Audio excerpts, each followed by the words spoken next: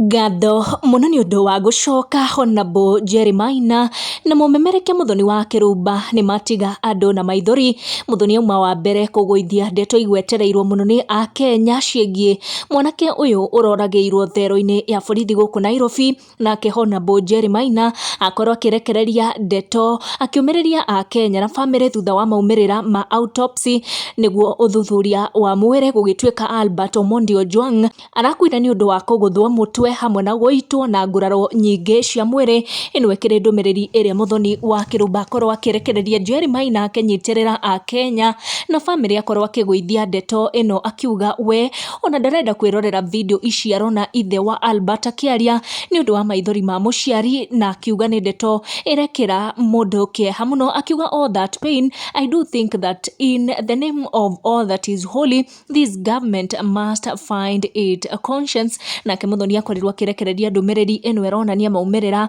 ma mwiri ikiuga autopsy reveals that Albert Ojwang died from head injuries, neck compression and multiple soft tissue trauma na koguo pathologist uria wagikorwo agika uthuthuria ucio agikorwo akirule out ati mwanake uyu ni kwiruta arerutire muoyo toria ripoti ya National Police irakoretwo ikionania hau kabere. So the cause of death is very clear, as I've just mentioned.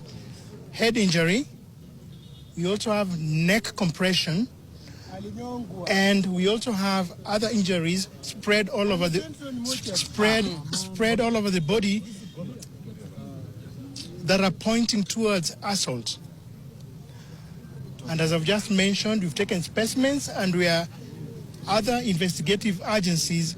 are going to assist in getting other pieces of evidence which, pieced up together, will help in corroborating what we've just found.